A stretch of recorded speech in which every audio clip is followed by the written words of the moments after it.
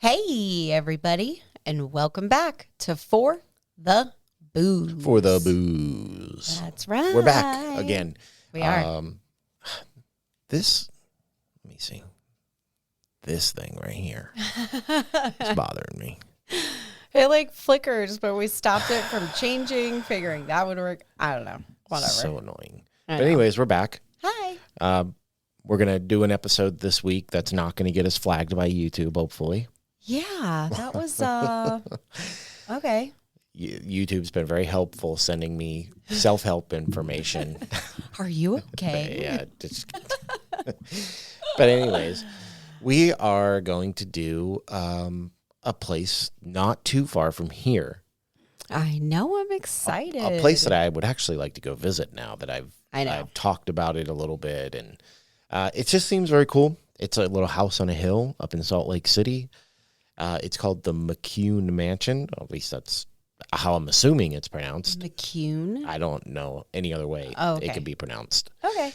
And it's a pretty old house, and it's one of like the original homes of Utah. Wow. That's really cool.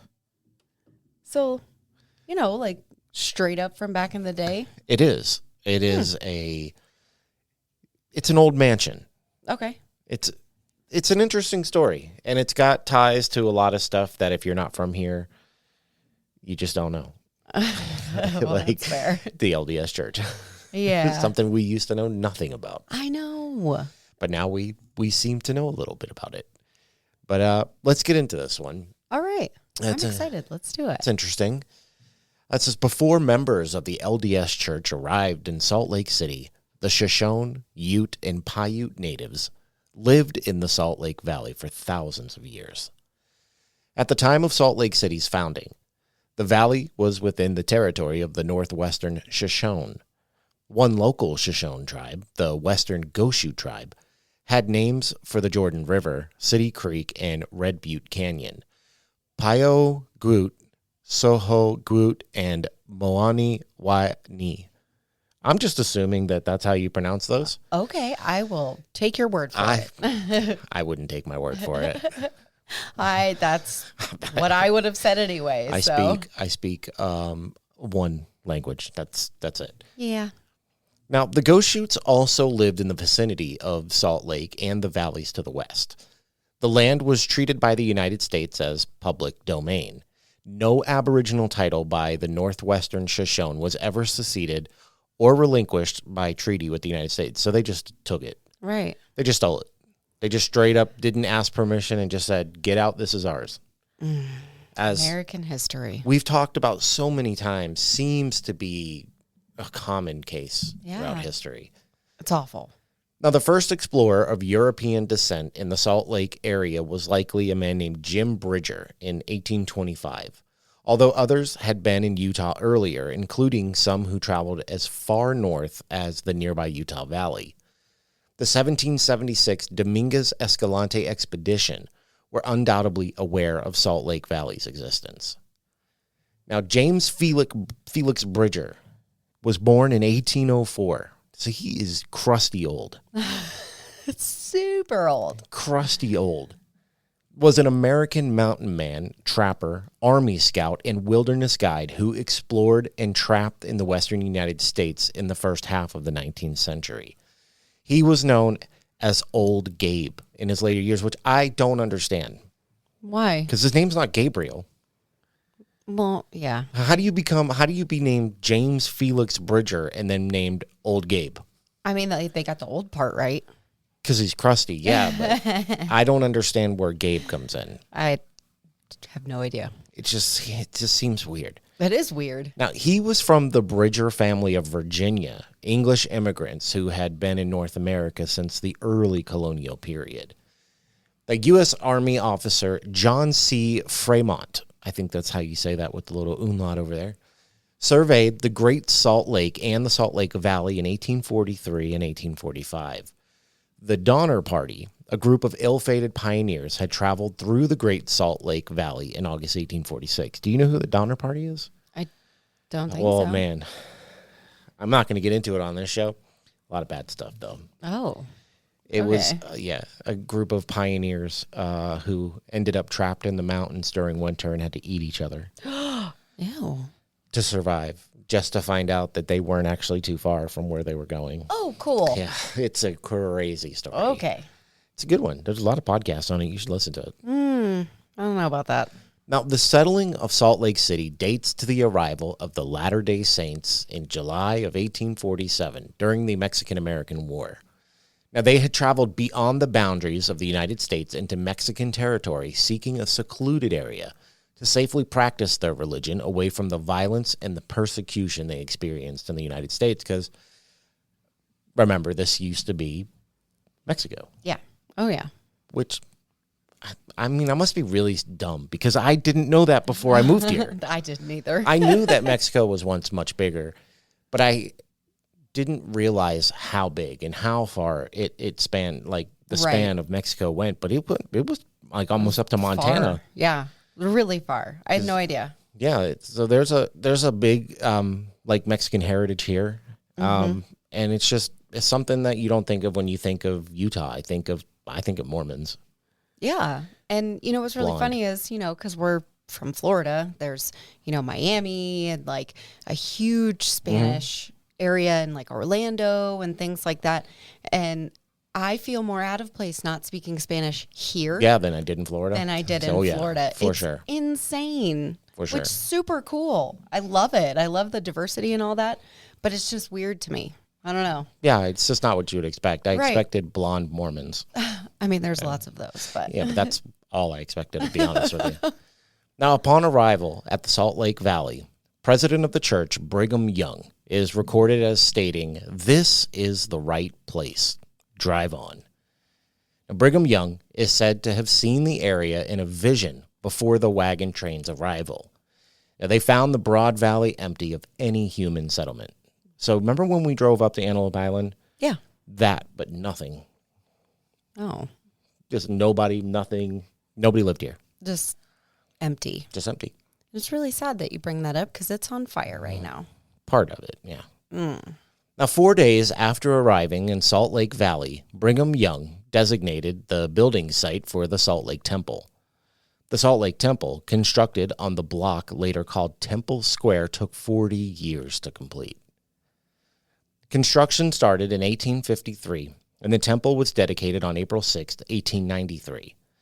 The temple has become an icon for the city and serves as its centerpiece.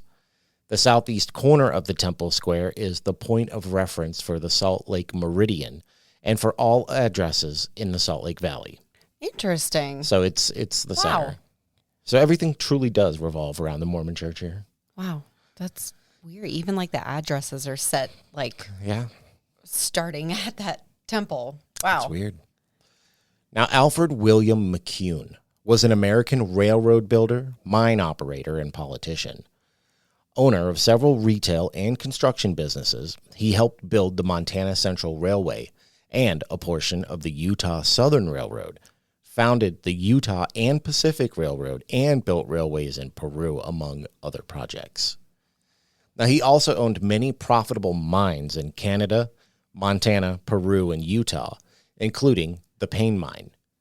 Now, late in life, he co-founded the Cerro de Pasco Investment Company, which became the largest copper investor in South America and the largest American investor in Peru until it was nationalized in 1974. And he was one of Utah's first millionaires. Wow. This dude did everything. Holy crap. He had a stake in everything. He just had his hands in every pot he could. This man, this is a rich man. Wow. Like, ridiculous. Wait till you hear how much this house went for back then. Oh, okay. Now, he nearly became a U.S. Senator in 1899. Even with all that, he almost became a senator also. Yeah, just pick that up too. No worries. But after being unable to receive a majority vote after numerous ballots and accusations of bribery, the state legislature adjourned without electing anyone to the seat. And the Senate remained vacant for 2 years, and in 1901, another man was elected to the position. Wow. So, I mean, there was a lot of, I guess, controversy behind him running because he was said to bribe a bunch of people and whatnot. But it's really not cool when you're running for an office. I'm just saying. Well, you're not supposed to do that. No. So it didn't work out for him. As of the early 21st century, his Salt Lake City mansion, the Alfred McCune home, was still considered one of the grandest homes ever built in the American West. It was listed on the National Register of Historic Places in 1974. Now, the McCune mansion took just over 2 years to construct at the cost of just over $1 million, or $36.9 million in today's money. So, we've talked about expensive houses in the past before. What? But I think this is the most expensive one that we've talked about because he paid $1 million back then. Which is almost equal to almost $40 million today. Yeah, because I think when we did the James Van de Graaff mansion, his was like half that. Right. And this dude was $1 million in the late 1800s, early 1900s. That's insane. That's unheard of. Because most people back then, dude, there wasn't as many rich people back then as there is now. Right. Wow. Yeah. Just wow. Now, it was completed in 1901. McCune's wealth was so great by that point that he spared no expense and is said to have let his wife Elizabeth Ann McCune have anything she wanted for the house. Okay. Money was no object. Okay. So anything that she could dream up for their home, he did not care. She could buy it. Wow. That's pretty amazing. That's crazy. It's so crazy.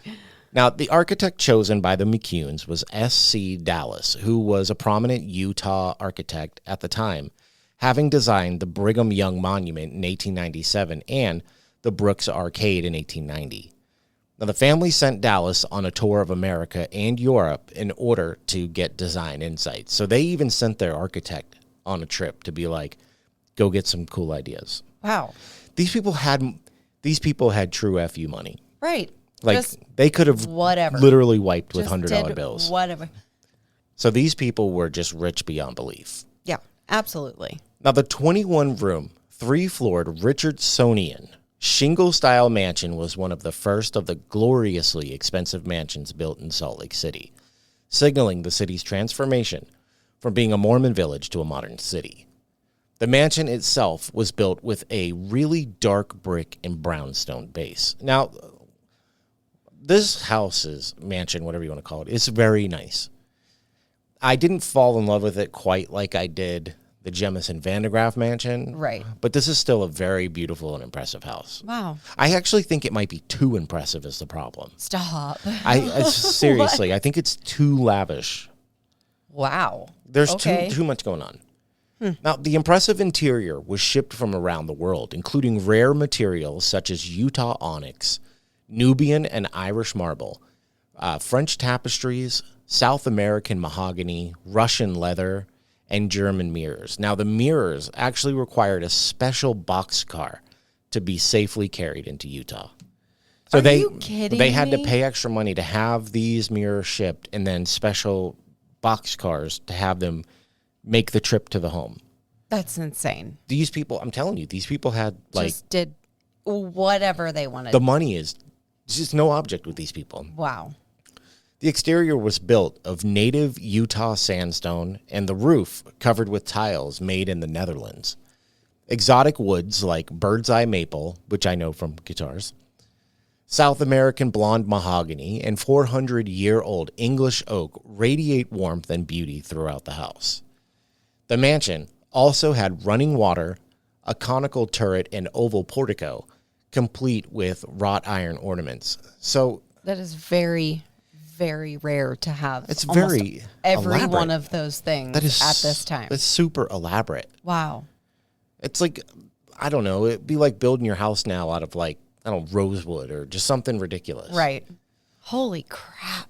Now, hidden inside the grand staircase, there was a small room where musicians played for the many parties and special occasions, which were hosted by Elizabeth and Alfred. Their guests could hear the music, but didn't actually know where it was coming from. What? So they had bands play in this little room underneath the staircase so that when they had parties, the band wasn't in the way. You didn't even see them, but you could hear the music. Hear it throughout the house. Wow. It's kind of creepy. What? Let's just hide away our band so no one sees it, but they're there. It's weird. Like, it's super weird. Usually, if you're going to spend that kind of money on a band, you kind of want them to be seen, right? Right. Like, hey, here's our entertainment. I guess if you have all the money in the world, nobody cares. Like, you don't care. Well, it's... People know. Okay. Now, also, the house has impressive gold leaf hand gilding, exquisite murals, decorative scagliola, and detailed artwork echoing century-old brushstrokes. Today, original Russian Impressionist paintings accent the decor, while the glow from the fireplaces and antique fixtures blend with the warmth of the magnificently carved wood to create a most gracious environment. Oh, well, that's a fancy description. It's a fancy house. Wow. It's overly elaborate house. It's overdone. That's crazy. Now, the McCunes only owned the home for 20 years, when in 1920 they donated it to the Church of Jesus Christ of Latter-day Saints. Now, in 1921, the building became the McCune School for Music and Arts, and it also housed the Virginia Tanner School of Modern Dance. Okay, we'll just donate our house just to Your $36 million home. It's fine. What? But they had that kind of money. They could have went and built probably 800 more of these houses. It's just unfathomable to me to have that much money, I guess. I don't know. Then, in 1958, the building was used primarily as an extension school for Brigham Young University. Now, the building was sold to McCune Associates in 1973, and it was also used to limited success as a social hall. This house has been everything. Wow. It's been everything. Now, in 1999, blew me away, right? Because I was like, we don't really get rain here. So I never... This is what you're telling me about. Okay. So it just never dawned on me that something like this would happen here. Right. But in 1999, after a tornado in Salt Lake City damaged the building, the McCarthy family purchased the home and began restoration. Now, the home was repaired the following year and has undergone extensive interior restoration over the years. The building is currently being used as a private reception hall, and restoration continued through today. Wow. Today, it's a wedding venue, basically. Like a super rich wedding venue, I would assume? It's not. I mean, you can... non-rich people can get married there. I mean, it tends to look like maybe, upper-class people get married there, but anybody with the money can go. But it is generally... I don't think it's just for weddings, so I think they do maybe parties or something. Huh. They also do tours because it's a historic building. I want to go. Yeah, so do I. But it's very, all right. So like a lot of the houses that we've covered in the past they might be kind of nice, but they're kind of going, over the years, they're falling apart. This place is pretty well kept up on. Wow. So even though there is some super old stuff that's maybe a little damaged and stuff, they just keep up with the house. Right. Things get restored. Things have been replaced, unfortunately, over the years. They've had to have been. But they haven't left it to rot. Like, this house is taken care of. That's cool because a lot of the places that we talk about and go over, they just get lost to time eventually and either get torn down or just left for nature to take over. So, I don't know. I really like when we come across ones that are still in use today. Oh, yeah. Now, the restoration is never over, according to Sean Fletcher, the property manager of the McCune Mansion. In 2011, proof of that was evident when Fletcher reclaimed an original piece of stained glass from an antique auction in Los Angeles. Whoa. So somebody sold the stained glass at some point, and they tracked it down and bought it and put it back in the house. That's really cool, actually. That's really cool. They're like, oh, well, might as well find the original piece. Found it. And they did. Like, what? Now, this recovery effort was recorded in the Salt Lake City Tribune. The stained glass window was original to the home, and Fletcher bought it at the cost of $14,000 and then personally drove it back from Los Angeles to Salt Lake City. $14,000 for stained glass. Yeah, but 120-year-old stained glass. It's old. Okay. Now, the over a century-old mansion sits atop a hill at 200 North and Main Street in downtown Salt Lake City. And if you're not from around here, I don't expect you to understand those directions because I still don't really. Yeah. And we live here, but it is much different from saying, yeah, I live on 34th Avenue to saying I live on 1000 South. It's weird. Yeah. Yeah, I don't know. It's just hard to do. We still use GPS a lot. I have to. Living here. I can't not. Now, it has served as a home, an art space, a dance studio, a classroom, and a reception hall since 1901. It seems that ongoing preservation efforts will ensure that the McCune Mansion will survive for another century and beyond. Wow. The McCune Mansion is often referred to as haunted, and there is a myriad of ghost stories associated with it. While the McCune family has long been gone from the home, local legend says it seems maybe they've come back home and don't have any plans to leave anytime soon, if you believe the stories. Oh, okay. So they believe that the alleged hauntings are the McCune family? Ish. Okay. Ish. I mean, that's fair. It just depends on the story. Right. It depends on who you believe. Mm-hmm. It's hard to say. Like, people will just assume, but I'm going to tell you the stories, and I'm going to let you come up with your own conclusions. I mean, that's kind of what we do here. I know, but this is different because I just read the history. Right. Who died in the house? Literally no one. Nobody. They built it. 20 years later, they sold it. While they were all still alive. Mm-hmm. Oh, yeah. No, there's record of them going on, living other places. Right. And interesting. Nothing that I could find anywhere has ever happened here. Like, tragic. It's just, I don't understand. Mm-hmm. They built it. They gave it away. It was a church thing. It was a dance hall. But the dance hall days are kind of where it all starts. Okay. And I don't know why, but it just seems to where everything starts at around that time. Again, depending on who you hear the story from. It's just one of those things. The stories are good. And yeah, I don't want to give away too much of it. So I do have some stuff to read. I have some really good reviews to read this week, so I'm pretty excited about that. Okay. But, yeah, we're going to get into the spooky stuff now. Yay. My favorite. Right after an ad break.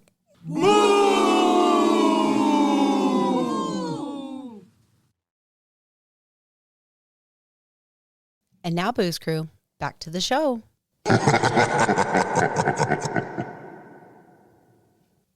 Okay. Now, I'm trying to figure out how I want to say this. Okay. I read all that and then I said that thing at the end because, like, nobody died here that I know of. Right. I was not able to find anything. But do you remember, like, when we did the Jemison Vandegraff Mansion? I was like, I hear these stories, but nobody seems to back them up. This is different. Oh. Because there are stories told, but then there are also people who back them up. Okay. So it's different in that regard. But most people believe that something has to happen there. Yeah. Like something, a death or trauma or something. But again, like, this was native land beforehand. Mm-hmm. So we've talked about that in the past. But people believe these ghosts to be specific people. Interesting. It is interesting because it's been blown. I've been trying to mull this over in my head since I wrote this, and I'm having a hard time with it. Yeah. Because everything on paper looks like I could be like, oh, yeah, like, it's haunted. But then I see certain things where I'm like, there's no way it could be haunted. And we're going to find it all out together. Well, I'm going to confuse everybody else with me. Okay. Now, there are a few truly great moments in our shared lives that deserve to be celebrated. Holidays spent with friends and family, dinner parties with champagne flowing, and, of course, weddings. Now, when you decide to spend the rest of your life with someone, the celebration should be that perfect event. But what happens when you capture the ghost of a little girl in the background of your wedding photos? Honestly, probably pretty rad. Yeah, I would be so excited. Are you kidding me? It would be so cool. I'd be like, what? Now, what if one of the spirits in your perfect wedding venue likes to play pranks and moves items while you're getting ready for the happiest day of your life? I still think that would be really cool. I'm just saying. Now, this grand mansion turned wedding venue has all of those claims and more, with spirits serving as silent witnesses to your vows. Oh, I love that. Stop. Now, the massive McCune mansion has become a popular and impressive venue for weddings, conferences, and other special events. However, it has also become a popular place for ghost hunters and those who are seeking real paranormal evidence. The McCune mansion is claimed by locals to be one of the most haunted places in Utah. Claim we hear constantly. All the time. Every place we've ever covered is the most haunted place in every place we've ever covered. It's either the most haunted place in the state, the most haunted place in America, the most haunted place in the world. It is never. It's never ending. It is. It really is. Just please stop. Unless it really is the most haunted, then that's fine. But everything can't be everything. Like the most means one. But I guess it's also by opinion too. It's an immeasurable thing. Mm-hmm. I mean, yeah, I don't know. Now, Utah may be limited when it comes to haunted locations. However, it makes up for it by having some heavy-hitting spirits that are so dominant that photographers actually have very little difficulty in capturing them. Now, the McCune Mansion is not only made from the finest materials known to man, but it also possesses a captivating feeling that draws in both the living and, it seems, the deceased as well. The living throughout the years have heard voices when no one was present. Doors open and close at will. Doors which were locked are also found unlocked, and then unlocked doors are found locked, even when they have no lock mechanism. What? Yeah. So doors will become locked, even though there's not a lock on the door. Like you can't open the door. But there's no lock. But there's no lock. Okay. Which makes it paranormal. Does it? Well, what else is going on? I don't know. The wood swelling. But you can kick a swelled door open. I mean, yeah. But what about when you can't? Oh, well, I don't know. Okay. Think outside the box, Megan. Like entities everywhere, the spirit who call this place home are also known to play with the lights, turning them on and off almost at will. Now, many participants from the music school complained of odd encounters with apparitions and are perhaps among the first set of documented records found on the mansion claiming that it is in fact haunted by at least 2 spirits, which means that claims of hauntings have potentially been going on here for 70 years. Wow. So that's quite a while. Back before it was the cool thing to say. Right. Back before social media and clout chasing, people were claiming that something was happening here. Which to me, that says a lot. It does. Absolutely. Because a lot of places we've only found out since the day of social media with people trying to be like, no, it's haunted. And like, I got evidence. No, like for real though, it's haunted. This place has been claiming it far before that. Before the Warrens. Well, maybe right around that same time, but before they were famous, before they were popular. Yeah. Okay.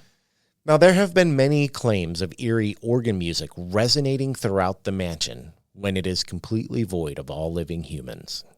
Furniture and other large objects have been known to move on their own, and cold spots occur in almost every room of the grand structure. What? This place has everything. Now, faint voices are also often heard echoing throughout empty hallways and rooms by people visiting, and people have also reported hearing a playful giggling emanating from thin air when they are alone in the house. That is the creepiest stuff I've ever heard right there. Ew. I don't like that. Just a random giggling. Yeah, no. No. And only when you're alone. I would rather have demon sounds. Yeah, like growling and stuff. Well, I mean, yeah, because then you just break out an 8-string and you just chug along with it, you know? But giggling just seems so malevolent. I don't know, it just seems creepy. It does, but if they say that... Okay, stop. I can't help it. It's going to haunt my If they say dreams. there's like a lot of kid spirits here. No, they don't. They alluded to in the beginning when they were talking No, about the weddings. they alluded to a spirit of a child. Okay. Well, which is going to be controversial coming up. Giggling tends to go along with kids, was all I was going to say. We're going to get to that because there is something about that comes up. Okay. And also some like a little point of contention also but you'll find out.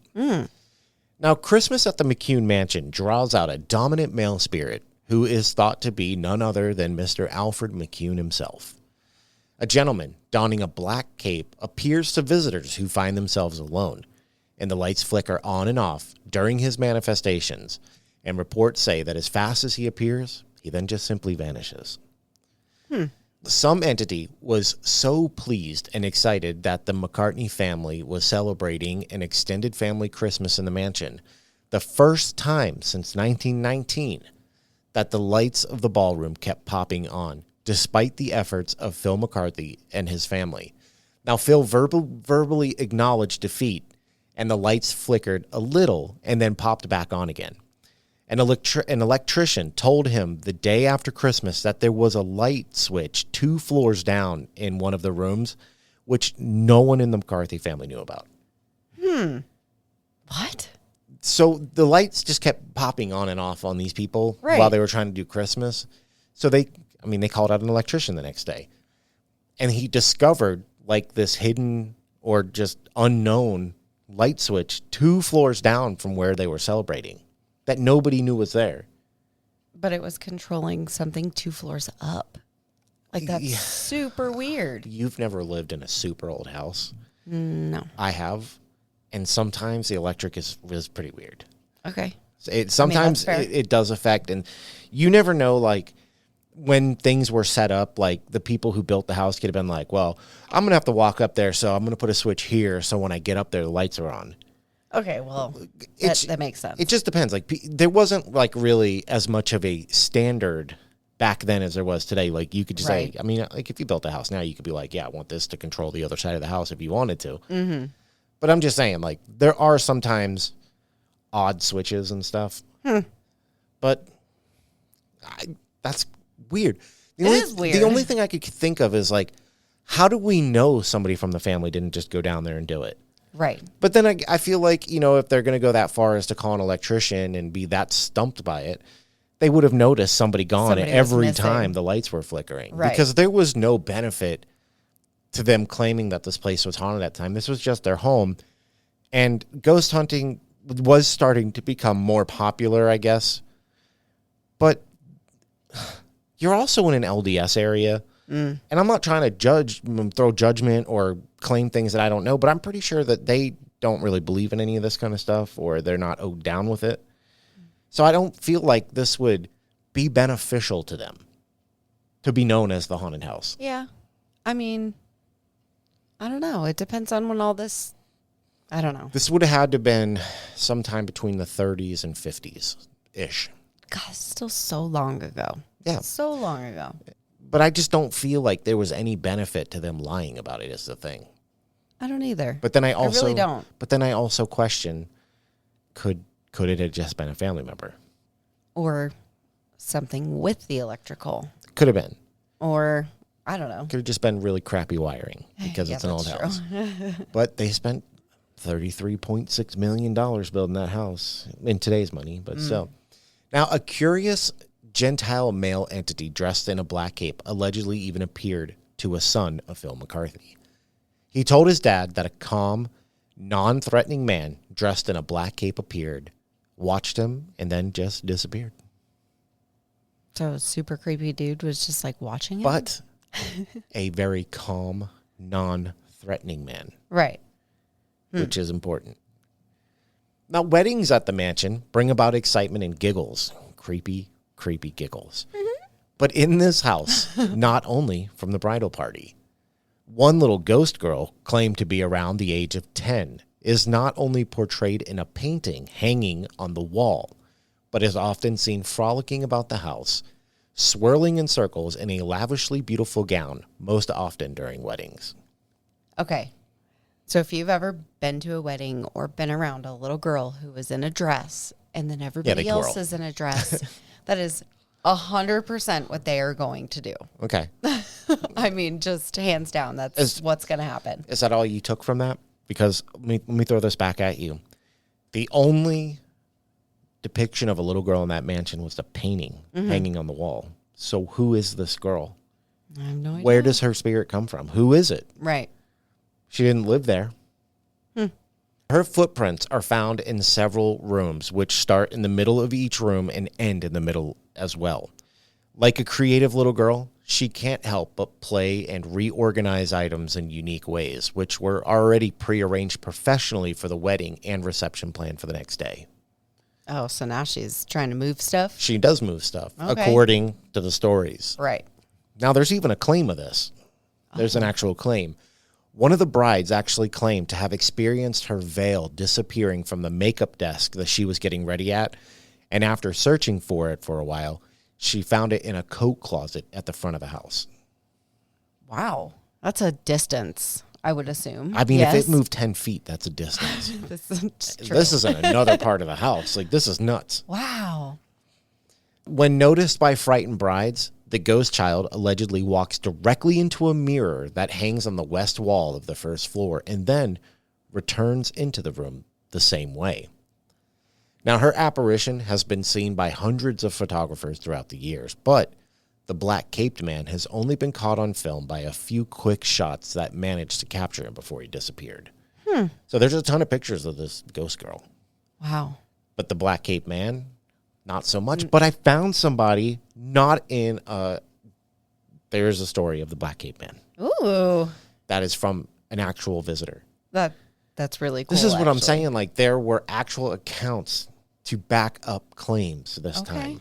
It's amazing. It's like, I feel like it's been so long since I've had that. Well, I'm just like, I don't know. It could be this or it could be that. But this week is more like people are like, I've seen it. It's crazy. And while all these counts are probably better than some that we've heard in the past, what do actual people who have visited the house have to say about it? We took to the internet to find out, as we normally do. That's right. Someone on the website utahhauntedhouses.com back in August 2017 wrote, and by the way, when I say like Utah haunted houses and then when we did the Alabama haunted houses, it's all part of hauntedhouses.com. Okay, so it just branches off into like different states and stuff like that. Okay. So it's easier to find stories. That makes sense. I was 6 or 7 and took dance classes from Virginia Tanner. Remember, it was the Virginia Tanner dance school.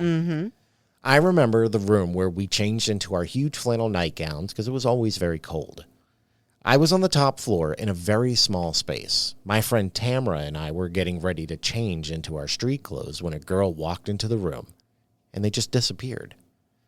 There was a filmy, shadowy cast in the room. We were scared and left wearing our nightgowns. We told our moms, but I don't think we ever said anything to Virginia. I've lost track of my friend, but I will never forget that experience. A real person backing up the claim of a little girl. Right. This is great. This never happens. I know. It's so hard to like kind of maybe even scrape something together. Bro, this never happens. Yeah. Even though she was 6 or 7, I mean, she sounds quite sure about what happened. I mean, she clearly remembers it like it was yesterday. Now, another person on utahhauntedhouses.com in November 2023 wrote, this is a good story. Okay. This is a good one. All right, I'm ready. I work for the Utah film industry as a set director, and in October 2022, I got a job working in the McCune mansion for a film. I got a quick tour of the mansion with the maintenance ladies prior to filming, and they gave us a quick rundown of the place. I've never been before, but they say it was haunted during the tour, which got me pretty excited about working there. But I didn't want to ask about what kind of paranormal experiences happened there in front of my boss, though. Well, anyway, we got done with our first day of filming around 8 or 9 p.m. on Halloween night. I was walking back to the parking lot and decided to take some photos of the yard area because, why not? It was Halloween night, and I'm working at a known haunted mansion, and I like ghost hunting. So I took a few pics of the places I felt were creepy out by the east side of the mansion with my phone. I was all nervous because I had the feeling of being watched, so I took some pictures of the bench area, where I felt was the creepiest spot. Then I took a glance at them and I didn't see anything. So I kept taking more pics of the mansion whilst walking to my car, and I turned around and took one more of the creepy bench spot from farther away and decided to drive home. When I got home, I reviewed the last pic. I noticed the black mass right in the middle, so I zoomed in, and standing on the sidewalk corner was the man in the black cape. I didn't know there had been sightings of him there because I never had the time to ask, but when I got to work the next day, I showed one of the maintenance ladies the picture, and they were like, "Oh yeah, I know him. He's a common ghost around here." LOL, which freaked me out, but I totally believe in ghosts now.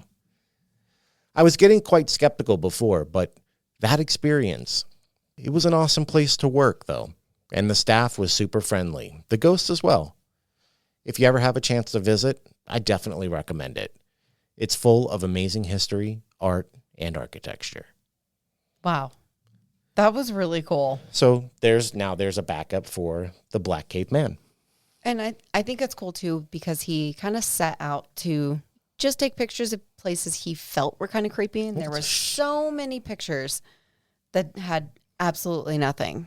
Mm-hmm. Absolutely nothing. But then he was like, all right, I need to take one final picture. But he had moved on past the bench spot and went right back to it. And there he was. Well, that's the big thing is they didn't know, they just got a feeling from it. Yeah. And took a picture. That's what I'm saying. That's, two different things that lead up to one thing. It's cool because we're linking personal stories, not even related with the McCune Mansion directly, back to stories of the McCune Mansion. So this is what I like. Now, this one's a little different. I actually had to do some digging for this story. Okay. Someone named Lynn Brown on a Facebook post in a group called Utah's Haunted History 4 years ago wrote, one of the owners in the late 90s lost a lot of good employees who would work late at night, and they would just leave without completing their work and never come back. It was being run as a wedding banquet hall. One night, he was working late with his wife on the accounting. His wife went into the other room, and they continued their conversation about an accounting issue. And they resolved it, and about 20 minutes later, she came back in the room. He mentioned to her that he finished, and she asked about the issue. And he told her, well, we just resolved it. You were in the other room. She told him she had been upstairs the whole time. So was he talking to a ghost? At least that's the story I heard from the owner. Ew. It's like, what are you talking about? You were just in there. That's crazy. That's a crazy story. Ugh. All right. And what a weird feeling that would be. Be like, what are you talking? You were just standing there. And they were like, no. Divorce. No, I was not. Yeah, it's weird.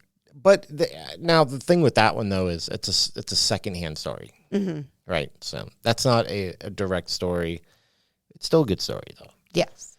Now, one more from a man named Wade Brinton on Google Reviews from about a year ago writes, quote, I'm not sure why a little girl would haunt this place, but the architecture alone is amazing. I want to see the hidden music room. I guess I'll have to come back for a wedding or something in the future. I bet the acoustics are phenomenal. Dare I say, paranormal. Okay. I just thought it was funny, so I wrote it in. And that is the story of the McCune Mansion. I really liked that. I really like that. I like that it's one of the oldest buildings here. It's different. And it's exactly what I was going to say. It's very different. It's different. And it's one of the original homes in the area. It's also one of the original, what they call kind of the grand houses, like the rich people. Right. He was the first millionaire.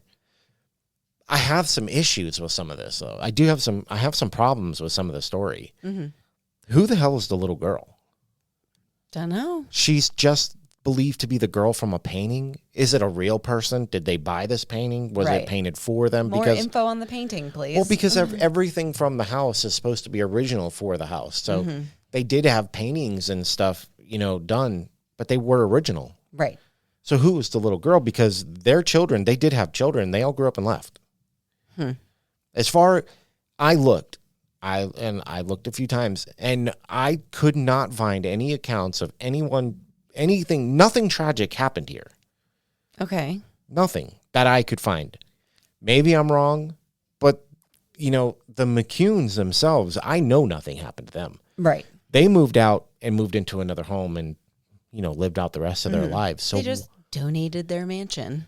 But that's weird because they believe it's him haunting the home. I mean, people can make assumptions on who spirits are. Yes. Now, would you tie it to the owner? Sure. But who is it? That's the question. It's a great question, but I do not know the answer. It's just so weird. But the ghosts here are actually said to be very friendly. Okay. Nothing is ever malevolent or evil. Nothing ever makes you feel like you're going to be hurt. Everything here that you can see is claimed to it feels friendly. Well, that's a really good thing. That it's not... Probably Mormon ghosts. They probably want to talk to you about They're probably just God. super nice. Yeah, probably. Just super kind. They'll probably bring you some snacks or something. Yeah. We like you Mormons. You're all right. Well, I mean, the little girl likes to take things and hide them. So what's to say the other one won't bring you things? What other one? The gentleman ghost in the cape. Oh, the black cape man? Yeah. I mean, I don't think he really does much of anything but stare at you. Stare at everybody. It's kind of a creeper, but whatever. Yeah. But that's the story. There are weird issues with the story, but then again, there are things that also back the story up. So keep that in mind when I have to ask you. Is it real? Do you think the McCune mansion is really haunted? I'm going to say yes. Okay. I think it is really haunted. Who it is? Oh. How it relates to anything? I don't know. But I think that the quality and the amount, at least that you wrote down, are enough for me to be like, okay, these are true and legit sightings from people. There was also the bride. It wasn't an actual quote from her, but with the veil. And I don't know. I just think it's so few and far between that we find episodes or places that we do episodes on that have these kind of claims that aren't you side-eyeing, No, yeah. You know what I mean? Where you're like, I don't know. Like these to me, I'm just like, oh yeah, I definitely could see that happening. Because they're not over extreme. They're not extravagant. It's just like, yeah, this happened. So I'm going to say yes. Okay. What about you, babe?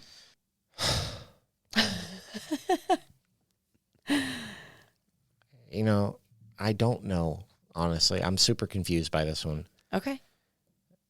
Because nothing happened here. Mm-hmm. But then even though nothing really happened here, there are stories online of people unconnected to the home or to any of the families who lived here that have stories that directly back up the claims. Mm-hmm. I'm going to also say yes. I do think it could be haunted because whether it be by the McCunes or the land, something is here. Mm-hmm. Something's clearly here. I have no idea what it is. I have no idea who it is, why it is, because we don't have any tragedy that happens here. So I don't even have anything to say, well, that happened. So of course, but something is clearly there. Something is there. So yeah, for once I'm going to say, I'm going to go out on a limb because there are just too many people who have seen things on their own. Yeah. Of this place. Absolutely. That just directly go with the story. I absolutely agree with you. Holy moly. So that means that, yes, it's going to get the big old seal of approval. It'll be in the video. I'm sure it just played or something. I don't know. But that's the story of the McCune mansion. I like that. And maybe once the kids go back to school, yes, we will go for a tour. And then we'll take pictures of it and put it up. Yes. We'll share with you guys. Maybe we even do we can film it on my phone and then we'll make a little video out of it and put it on YouTube too. Ooh. But anyways, where can they find us? They can find us on Instagram at forthebooze_podcast and on Facebook at forthebooze. That's right. You can also find us on X at forthebooze. You can also find us here where you're watching, or I guess, I don't know, it could be podcast. I don't know. But if you're on YouTube watching, we're also on YouTube, clearly. Hello. And don't forget, you can check out our Patreon and join the ranks of Joe Mattern and Teresa O'Donnell and Tina M. Madud. Fantastic people who we love so very much for helping us out. We love you guys. Thank you for being producers of the show. That's right. You make it worth it. You do. Don't forget, too, if you join the Patreon, you get an extra podcast called Behind the Booze every week, which is a lot of fun. I really like doing them. I really do, too. It's just a cool little hangout session. Yeah, and I get to be a little freer in the things that I say. I'm not going to get slapped with anything online with. So there's that. And don't forget, 5 stars rate and review anywhere you listen, watch, anywhere that'll let you, preferably on iTunes. We need them to move up, and we seem to be very stagnant. We have just kind of stopped. So and if you can thumbs up, rate, review, all those good things, it helps us out. And listener stories, because we'll keep asking for as long as necessary. If you have a personal story that happened to you, we'd like to, write them into us at forthebooze12@gmail.com, and we'll read them on the air, and we'll shout you out and everything. That's right. And we haven't had one. We haven't had one in so long, but it's been a long time. Oh man, that was one of my favorite parts. It was, and it's so amazing. We did get them for a while, but and also listener suggestions. If you want to leave a comment or write us in on email or whatever, we always read everything. And if you want us to do a specific place, we are more than willing to look into it. So I mean, I have yet to not do one that's been suggested or requested. So I think that's it. There's so much stuff to remember to say now at the end of the show. I know. Is that it? I think so. Am I done now? Yeah. All right. We have another podcast to go do now. That's right. All right. So take us out. All right, everybody. Thank you so much for listening, and we will see you in the next one. Bye. Fear the little girl.